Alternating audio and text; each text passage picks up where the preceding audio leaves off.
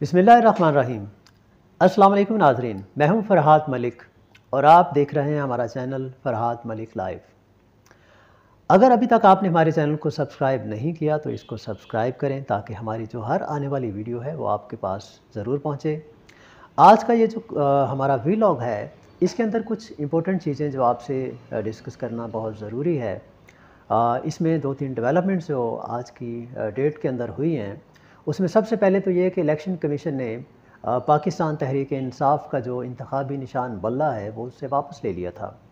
उसके ख़िलाफ़ Peshawar high court के अंदर आज पीटीआई ने एक पिटीशन दायर की और अब इस वक्त जब हम ये वीलॉग रिकॉर्ड कर रहे हैं, तो वहाँ पीटीआई की तरफ से बैरिस्टर अली ज़फ़र जो हैं वो वहाँ पे आर्गूमेंट्स कर रहे हैं। तो देखते हैं कि उसका नतीजा क्या निकलता है। होपफुली जो इस तरह के केसेस होते हैं उसमें दूसरी पार्टी को जो है वो नोटिस किया जाता है। नोटिस होने के बाद जो है उनका मौक़िफ़ आता है तो फिर कोई फ़ैसला मुमकिन होता है। तो पीटीआई के वकला की तरफ से ये रिक्वेस्ट थी कि इस केस को आज ही टेकअप किया जाए और आज ही इसके ऊपर बहस की जाए, लेकिन अदालत ने अभी तक इसके ऊपर कोई फ़ैसला नहीं किया। इसके अलावा हम जो इम्पोर्टेंट चीज़ है कि आज नून लीग के जो सरबराह हैं नवाज़ शरीफ साहब, उनके जो कागज़ात थे नामज़दगी के, उसकी स्क्रूटनी का अमल था आज। तो मज़े की बात यह है कि उनका जो कागज़ात हैं उनको मंजूर कर लिया गया है, किसी किस्म की कोई ऑब्जेक्शन इलेक्शन कमीशन की तरफ से वो रेज़ नहीं की गई। लेकिन इंटरेस्टिंग डेवलपमेंट ये है कि नवाज़ शरीफ साहब लाहौर से कागज़ात नामज़दगी जमा करवाए थे, उनके तो मंजूर हो गए। उसके ऊपर किसी किस्म का कोई ऑब्जेक्शन, कोई एलिगेशन कोई रेज़ नहीं हुआ किसी भी तरफ से। लेकिन उसके साथ ही पीटीआई के एक अहम रहनुमा मियां महमूद रशीद और उनकी बेटी, उनके कागज़ात नामज़दगी भी जमा थे, उनकी भी स्क्रूटनी आज ही होना थी। सलमान अकरम राजा जो एक नामवर वकील हैं सुप्रीम कोर्ट के, वो उनकी तरफ से, चूँकि वो जेल में हैं वो महमूद रशीद साहब, तो वो उनकी तरफ से आरओ के ऑफ़िस में जब पहुँचे तो वहाँ बाहर पुलिस ने उनको रोक लिया और अंदर जाने से उनको रोक दिया। इसके ऊपर उन्होंने काफ़ी एहतजाज किया, उन्होंने वहाँ पे पुलिस के साथ बहस व तकरार भी की, लेकिन उनको अंदर नहीं जाने दिया गया।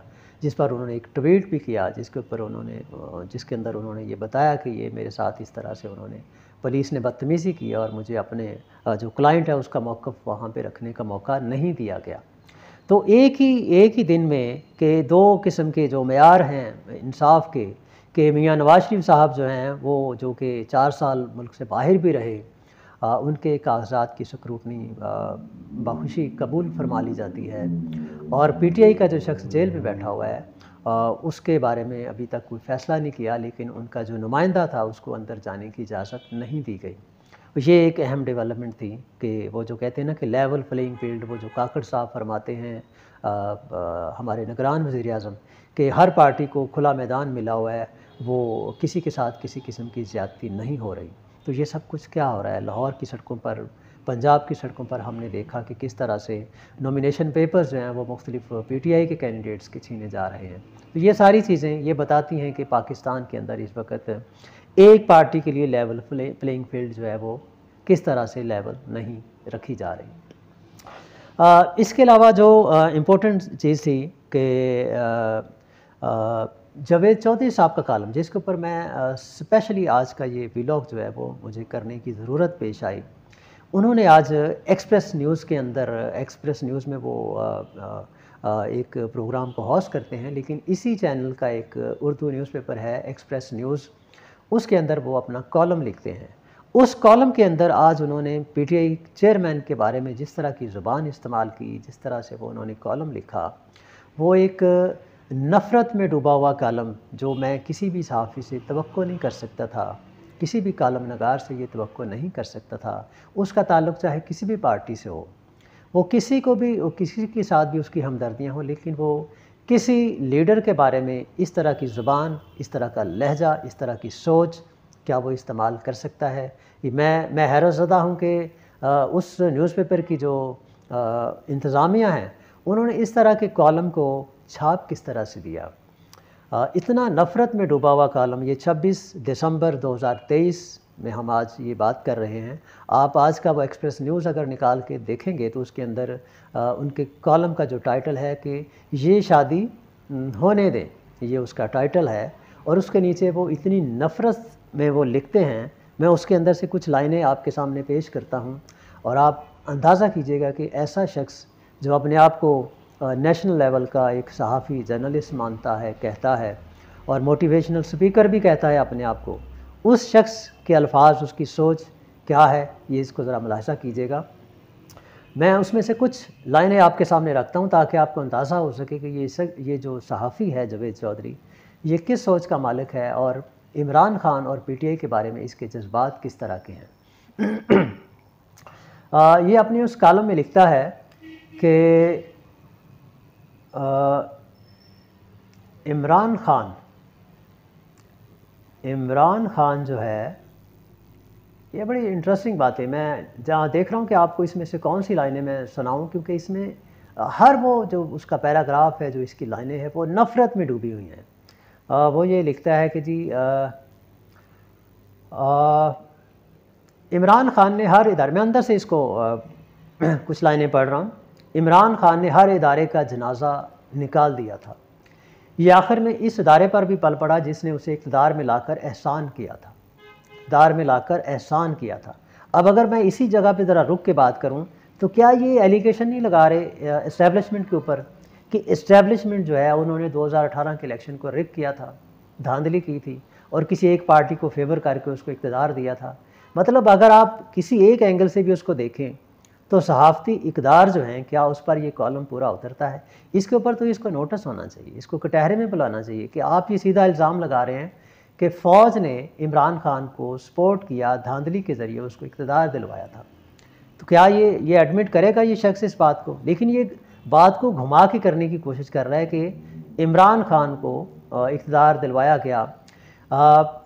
तो आगे इसको देखते हैं।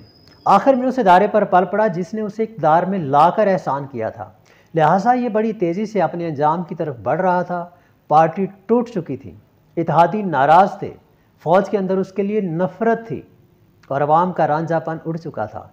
इस ज़माने में हालत ये थी कि बैनुल अक़वामी दुनिया हमारे वज़ीर-ए-आज़म और वज़ीर ख़ारजा से मिलने के लिए तैयार नहीं थी। फ़ौज बड़ी मुश्किल से किसी न किसी मुल्क को तैयार करती थी, मगर ख़ान वहाँ भी कोई ना कोई ऐसी हरकत कर आता था कि नुकसान कंट्रोल करना मुश्किल हो जाता था। चुनांचे पार्टी ओवर हो चुकी थी, लेकिन उस वक्त की इस्टेब्लिशमेंट और अपोजिशन जमातें जल्दबाजी कर बैठीं। सियासी लोग जेलों और इस्टेब्लिशमेंट जनरल फैज़ हमीद की ख्वाहिश से घबरा गई। ये दोनों इकट्ठे हुए और इमरान खान को घसीट कर कुर्सी से उतार दिया।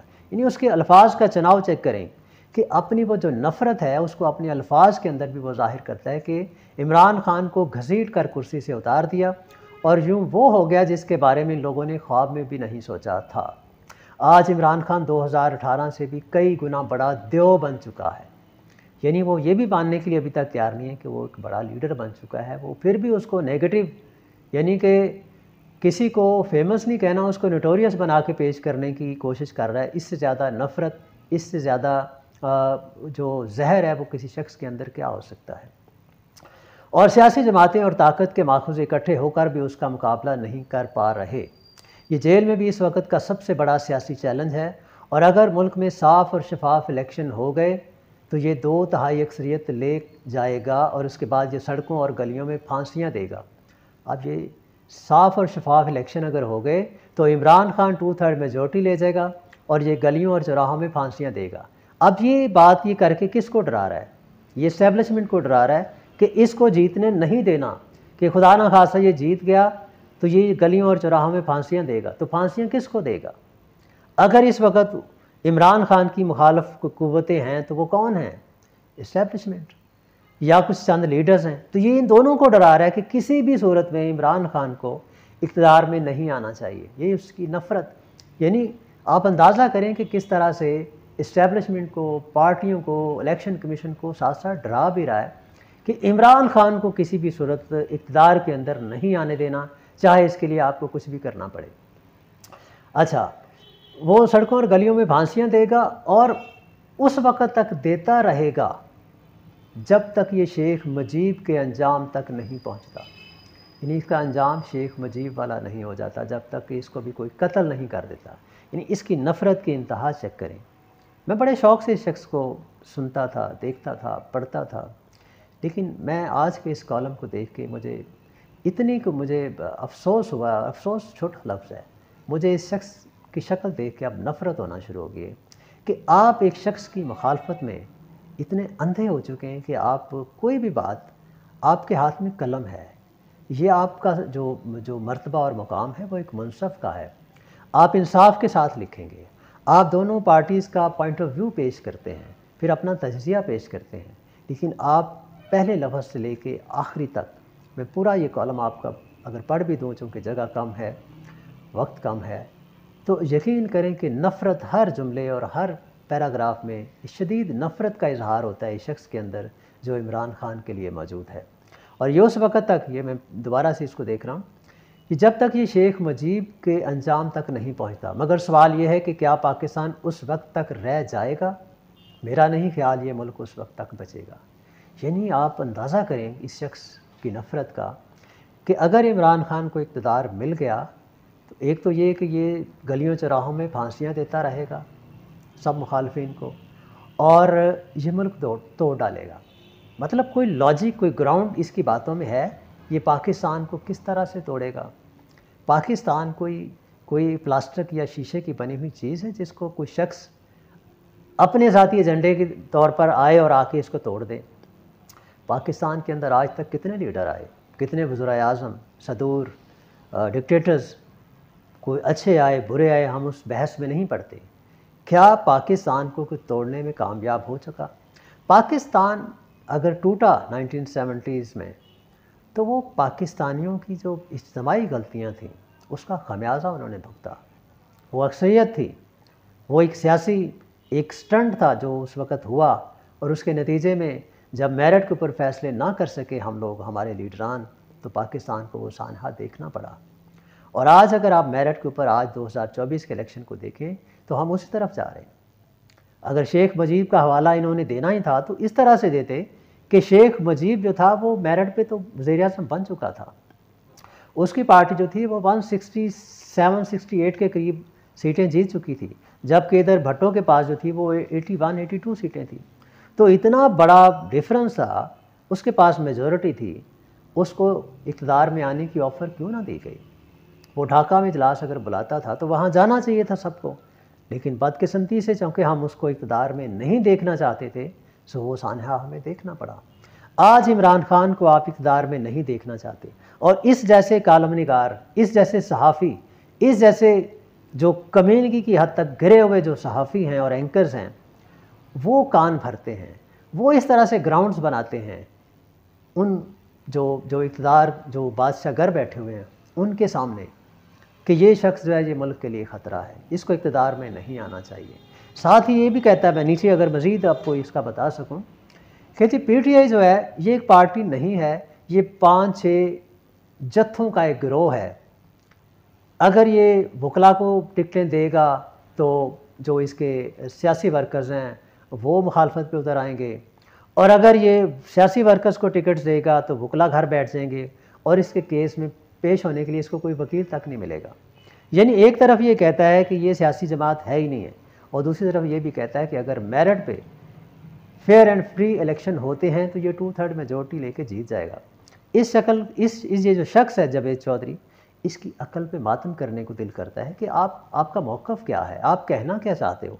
क्या आप जब ये कॉलम लिख रहे थे आप होशो हवास में थे? मेरा ये चैलेंज है कि आप किसी भी चैनल के ऊपर, किसी भी फोरम के ऊपर आप आ जाएँ, हम आपके सामने बैठ जाते हैं, आप हमें अपने इस कॉलम पे कन्विंस करें, हम आपके सामने बैठ के माज़रत भी करेंगे, माफ़ी भी मांगेंगे और आपको अपना उस्ताद मान लेंगे। लेकिन अगर आप ऐसा नहीं कर सके तो आपको भी कुछ सज़ा, किसी चीज़ को फेस करना चाहिए। आपको शर्म आनी चाहिए कि आप इस तरह की चीज़ें प्रिंट मीडिया के ऊपर, नेशनल प्रिंट मीडिया के ऊपर आप इस तरह की चीज़ें लिखते हैं। महज एक शख्स की नफ़रत के अंदर जहर जो आपके अंदर भरा हुआ उसको निकालने के लिए आप ऐसी चीज़ें लिखते हैं। मैं कंडेम करूंगा इस न्यूज़पेपर की इंतज़ामिया को भी, इसका जो चीफ़ एडिटर है उसको भी, कि इस कॉलम को छापने से पहले क्या आपने इसको पढ़ने की ज़हमत की?